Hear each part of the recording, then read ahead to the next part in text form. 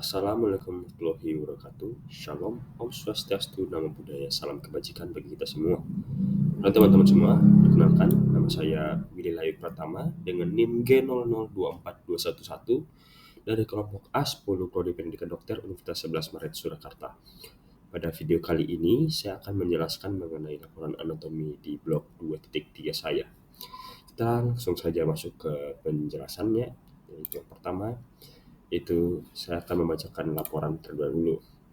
Jadi di laporan ini terdapat kasus seorang pria berusia 65 tahun bernama Tuan A dibawa ke instalasi gawat darurat oleh keluarganya karena mengalami kelemahan mendadak pada lengan dan tungkai kanan sejak 2 jam yang lalu.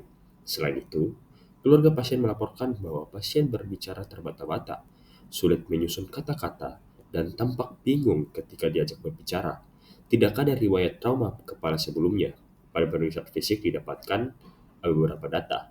Yang pertama, hemipares sisi kanan, terutama tangan lebih berat dibandingkan tungkai.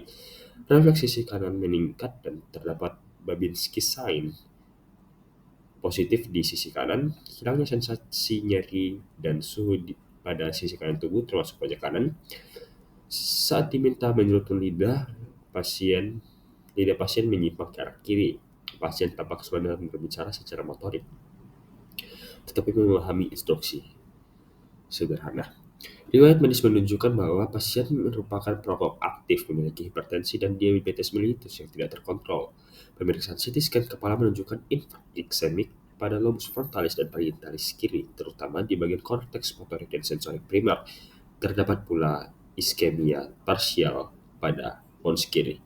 Langsung saja saya akan menjelaskan dari soal yang pertama yang akan kita bahas, yaitu mengenai jelaskan struktur pembentuk circulus Willis. Sesuai kayak nama saya, Willis. Langsung saja struktur pembentuk Willis. Ini merupakan kita lihat ya, di sini ada foto dari gambar dari circulus Willisi ini sendiri. Jadi apa sih itu circulus Willisi itu? Circulus Willisi adalah suatu anastomosis arteri di dasar otak yang menghubungkan sistem sirkulator anterior, yaitu karotis interna, dan posterior, yaitu vertebrobasilar. Struktur ini berfungsi jalur alternatif aliran darah jika terjadi sumbatan pada salah satu arteri utama otak. Jadi jelas ya seperti yang saya sampaikan. Jadi circulus Willisi ini merupakan suatu anastomosis arteri yang di atas otak yang menghubungkan sistem bagian anterior dan juga posterior. Nah, struktur ini berfungsi juga dalam alternatif aliran darah lain jika terdapat sumbatan pada salah satu arteri utama pada otak. Nah, apa sih penyusun-penyusunnya seperti yang pada gambar? Di sini kita lihat ada beberapa bagiannya. Di sini ada yang paling atas itu middle cerebral artery atau arteri sebelah tengah, anterior cerebral artery yang paling atas, bagian kuning ini, di foto yang bagian kuning. Dan yang di bagian bawah itu ada posterior communicating artery, yang paling bawah itu adalah posterior cerebral artery. Jadi arteri cerebral di sini ada 3 bagian, yang tengah, atas, dan juga bawah yang kita sebut anterior, medial, dan juga posterior. Saya akan menjelaskan yang satu persatu. Jadi arteri cerebri anterior dexter et sinister, atau kita bisa sebut saja ACA, itu berasal dari arteri karotis interna dexter dan sinister, yang dimana tugasnya itu mensuplai bagian medial lobus frontal dan juga parietal. Nah, untuk arteri komunikasi anterior atau kita juga sebut communication A, itu menghubungkan arteri cerebri anterior kanan dan kiri, yang dimana terletak di bagian paling anterior dari circulus. Ya, circulus itu yang kuning-kuning ya teman-teman. Dan juga yang ketiga itu arteri karotis interna dexter et sinister, yang dimana masuk ke dalam sirkuit yang bercabang dengan ACA dan MCA atau medial atau middle cerebral artery, yang dimana bagian dari sistem anterior. Kita lanjut lagi bagian yang keempat, arteri komunikans posterior kanan dan kiri, yaitu arteri yang menghubungkan antara bagian posterior, yaitu kanan dan kiri, menghubungkan arteri karotis interna dan arteri cerebral posterior, yang dimana menghubungkan sistem anterior dan juga posterior.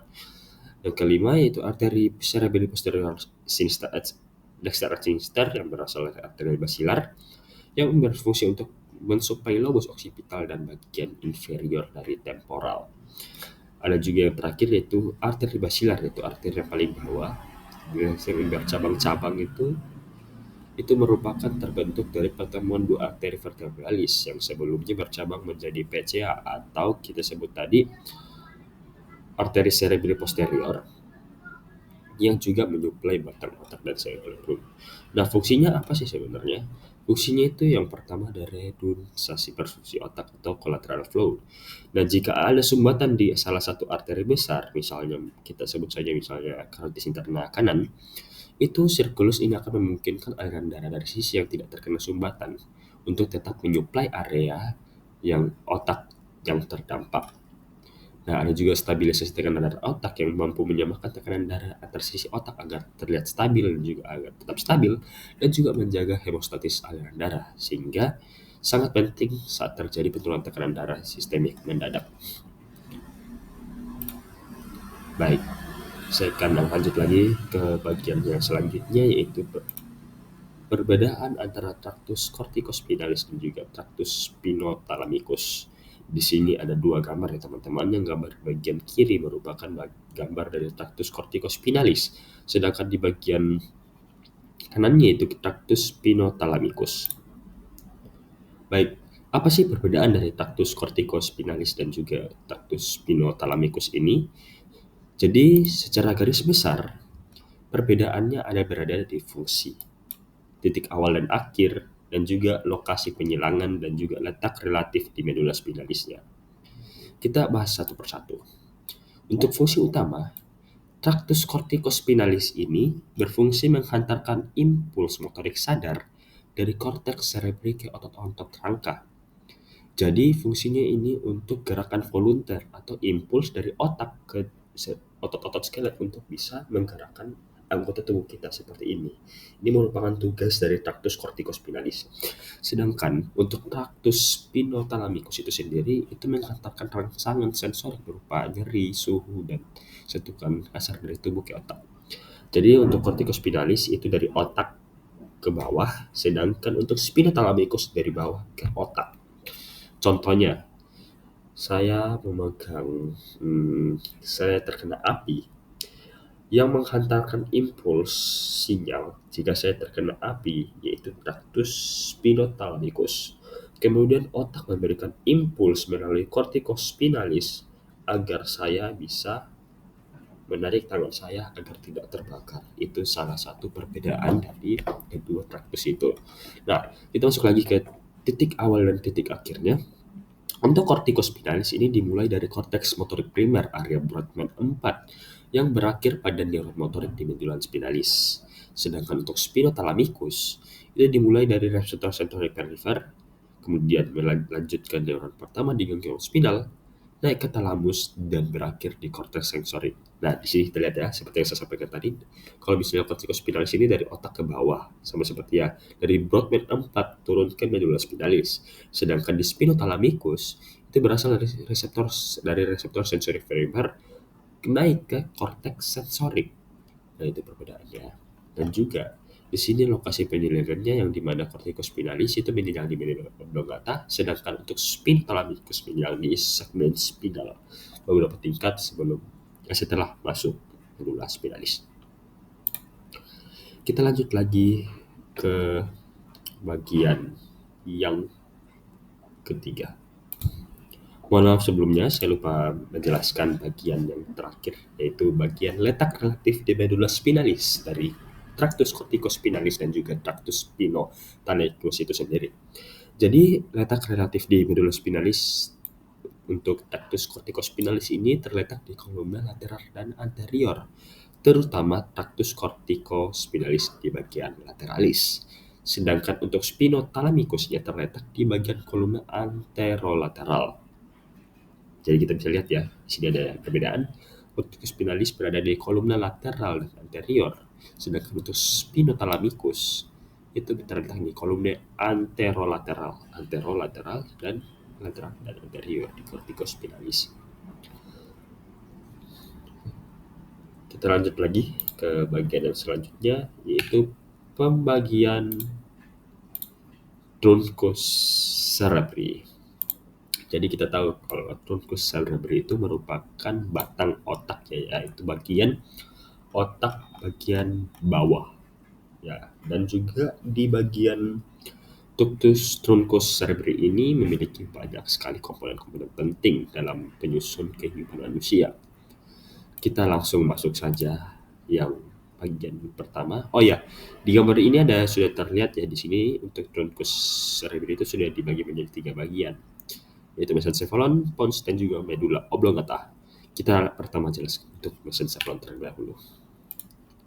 Nah, kita lihat di sini. Ini mesencephalon. Mesencephalon tiga-tiga teman-teman bentuknya seperti Mickey Mouse. Bisa dilihat untuk telinganya terdapat ada substansia nigra, cruciate ferri, dan juga bagian matanya itu ada terlihat tegmentum mesencephali. Nah, kita lihat dulu pertama-tama untuk di mesencephalon atau kita bisa sebut saja otak tengah. Di sini saya akan menjelaskan yang bagian yang mencoloknya saja. Yang pertama, jika kita lihat di bagian telinga dari Mickey Mouse ini terdapat ada suatu bagian yang berwarna hitam yang kita sebut saja substansia nigra. Nah, untuk substansia nigra ini mengandung neuron dopaminergik yang dimana penting dalam pengaturan gerakan, yang dimana jika terganggu akan mengakibatkan penyakit Parkinson. Nah, kenapa bisa ada neuron dopaminergik di situ? Karena di situ ada penciptaan atau bisa dibilang bukan penciptaan, sekresi dari hormon dopamin. Nah, dopamin akan dibuat di bagian sini sehingga kita bisa melakukan gerakan. Nah, kenapa bisa hitam? Dikarenakan di sini juga ada produk sampingan, yaitu melanin, makanya berwarna hitam. Nah, kita masuk lagi ke bagian colliculus superior dan inferiornya. Nah, kita lihat untuk colliculus bagian superior itu berfungsi untuk refleks untuk visual, sedangkan colliculus inferior itu berfungsi untuk refleks auditory. Bisa dilihat ya teman-teman, superiornya digunakan untuk visual, sedangkan inferiornya untuk auditory. Kita masuk lagi ke bagian yang kedua, yaitu pons farolli. Pons farolli terbagi menjadi dua, ventral dan dorsal, yaitu pars basilaris pontis dan juga pars tegmentalis pontis. Kita masuk lagi kita masuk lagi ke slide selanjutnya yang akan membahas mengenai bagian ventral terlebih dahulu. Nah, untuk di bagian ventral dari pons farolli ini ada beberapa bagian ya teman-teman. Di sini kalau kita lihat yang di bagian pons dikelilingi oleh beberapa serabut-serabut seperti ada tangkai-tangkai, yaitu nervus. Yang pertama ada nervus 5, 6, 7, 8. Nah, di sini juga ada sulcus bulbinus dan juga angulus pontocerebris. Kita masuk lagi ke bagian dorsalnya. Di bagian dorsalnya terbagi menjadi dua bagian pars tegmentalis pontis dan juga fascis dorsalis medulla oblongata. Nah, di bagian pons farolli ini terdapat nucleus nervus trigeminus yang mengatur sensasi wajah dan sebagian gerakan untuk mengunyah. Nah, di sini juga ada serabut pontocerebellar yang menghubungkan korteks ke cerebellum, penting untuk koordinasi motorik. Jadi bisa dilihat ya teman-teman untuk fungsinya untuk contohnya tadi ya, seperti mengunyah, mengatur sensasi wajah dan juga untuk koordinasi motorik. Lanjut lagi yaitu medulla oblongata. Medulla oblongata terdapat beberapa bagian di sini, daerah-daerah yang penting saja seperti glossopharyngeal nerve atau nervus 9, nervus 10, nervus 12 dan juga nervus 11. Ada juga di sini ada beberapa bagian di sini. Nah, ada juga beberapa bagian penting seperti desusatio pyramidum yang dimana fungsinya nanti itu tempat persilangan dari tractus corticospinalis seperti yang saya sampaikan tadi. Dan juga ada nucleus gracilis dan juga nucleus seniatus yang terlibat dalam transmisi sensasi halus ke otak melalui jalur nervus medialis. Kita lanjut langsung ke bagian selanjutnya, yaitu Asal-usul nukleus dan fungsi dari tiga nervus cranialis motorik murni. Di sini saya akan mengambil tiga, yaitu nervus 3, nervus 4, dan juga nervus 6. Saya akan menjelaskannya. Untuk nervus 3 itu sendiri berasal dari nukleus nervi oculomotoris. Jadi kita bisa sebutnya nervus 3 itu yaitu nervus oculomotorius, yang dimana berasal dari nukleus nervi oculomotorius di mesencephalon. Nah, apa sih fungsinya? Nah, fungsi dari nervus 3 yaitu menginervasi otot ekstraokular seperti musculus rectus superius, rectus medialis, rectus inferior, obliquus inferior, dan juga musculus levator palpebrae superioris, yang dimana musculus ini berada di bagian mata. Nah, komponen parasimpatis mengatur juga kontraksi pupil dan juga akuolansi dari lensa.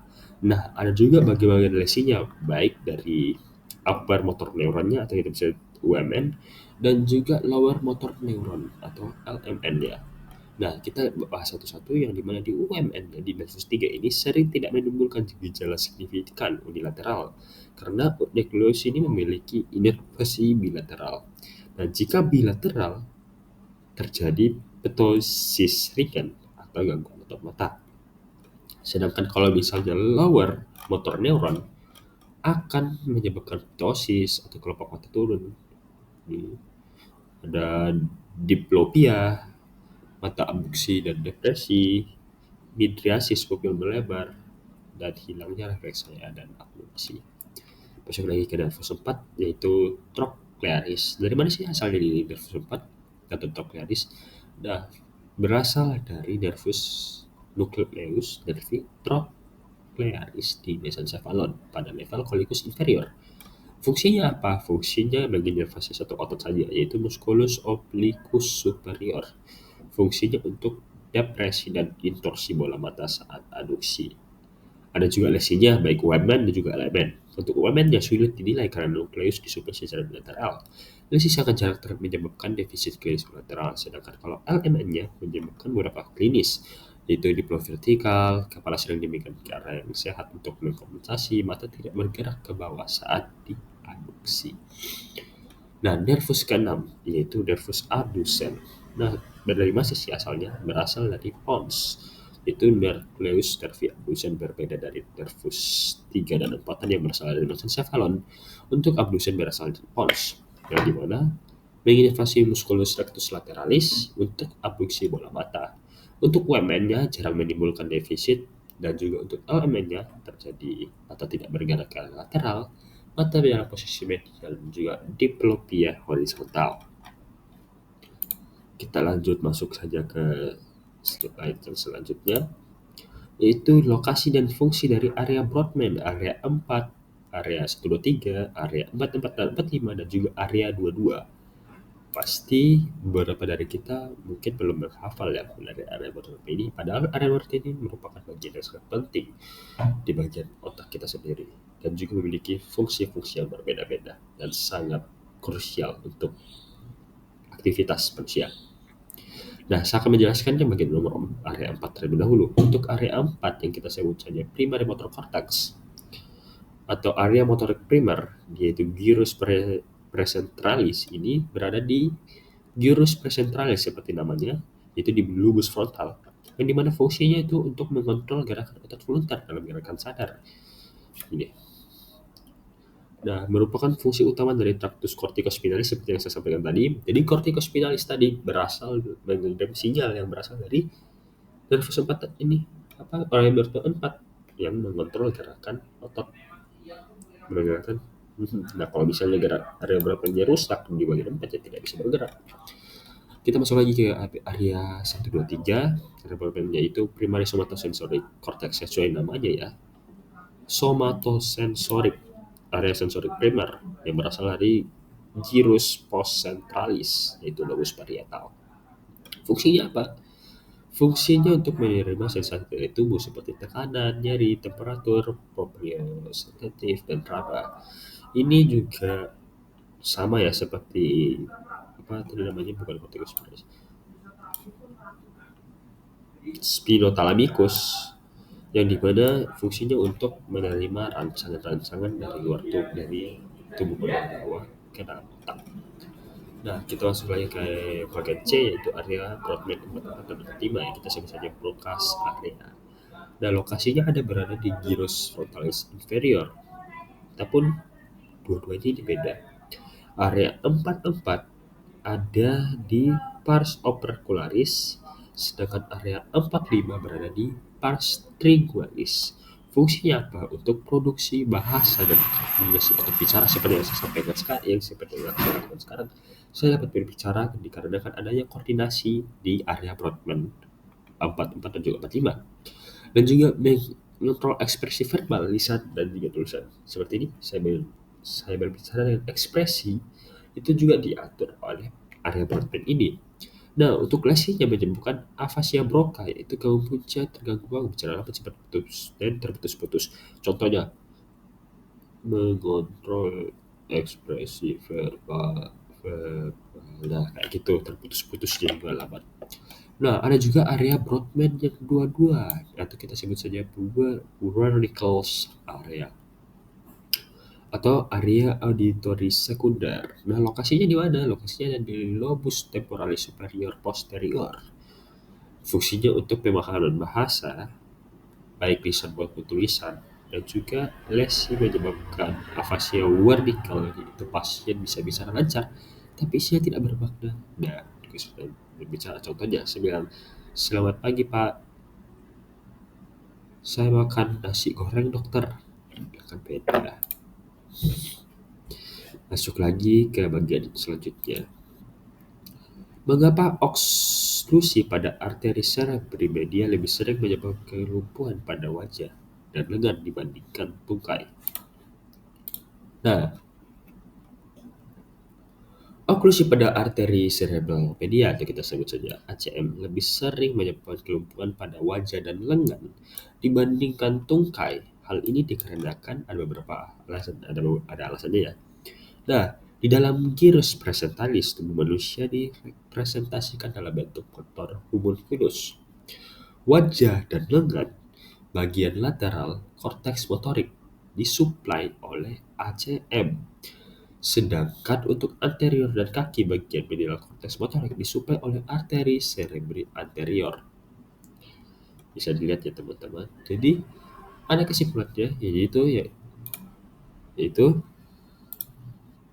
karena wajah dan lengan dipresentasikan di bagian lateral korteks motorik yang disuplai oleh arteri cerebri media, maka oklusi ACM lebih sering menyebabkan kelumpuhan pada wajah dan juga lengan. Tungkai relatif terlindungi karena suplainya berasal dari arteri yang berbeda, yaitu arteri cerebri anterior. Di sini teman-teman, bedanya wajah dan lengan itu disuplai oleh arteri cerebri medial, dan juga untuk tungkai dan kaki itu berbeda dikarenakan berbeda arteri yang memvaskularisasinya. Kita lanjut lagi ke bagian selanjutnya. Jelaskan mekanisme kompensasi vaskular yang terjadi jika terdapat oklusi pada arteri karotis interna kiri.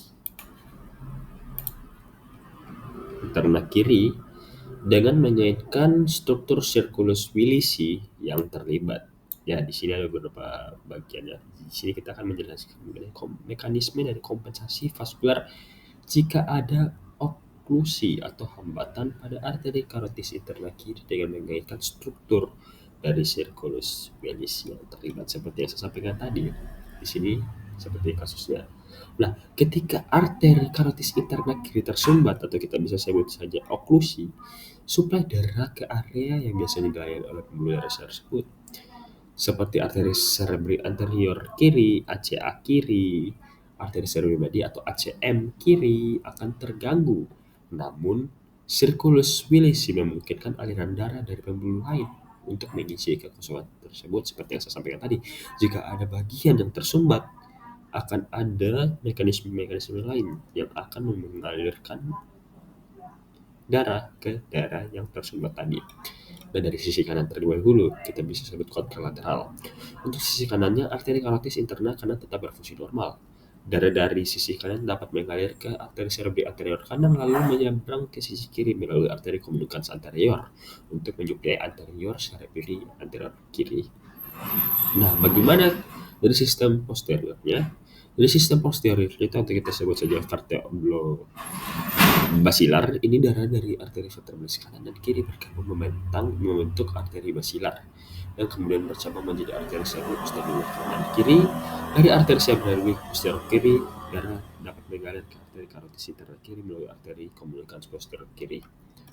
Nah, singkatnya, kompensasi aliran darah saat arteri karotis interna kiri mengalami oklusi terjadi melalui arteri komunikans anterior dan sisi kanan dan arteri komunikans posterior dari sistem vertebrobasilar, memungkinkan suplai darah tetap mengalir ke wilayah otak yang terdampak. Jadi di sini bisa dilihat teman-teman ya, kalau misalnya ada seperti karotis interna kiri terdapat oklusi, ada dua sistem yang mengalirkan darah ke wilayah tersebut. Yang pertama ada dari sisi kanan juga dari sisi posterior. Yang seperti yang tadi kalau misalnya dari posterior itu dari sistem vertebrobasilar, sedangkan untuk dari kanan itu terjadi dari arteri komunikasi anterior dari sisi kanan yang seperti yang saya sampaikan tadi.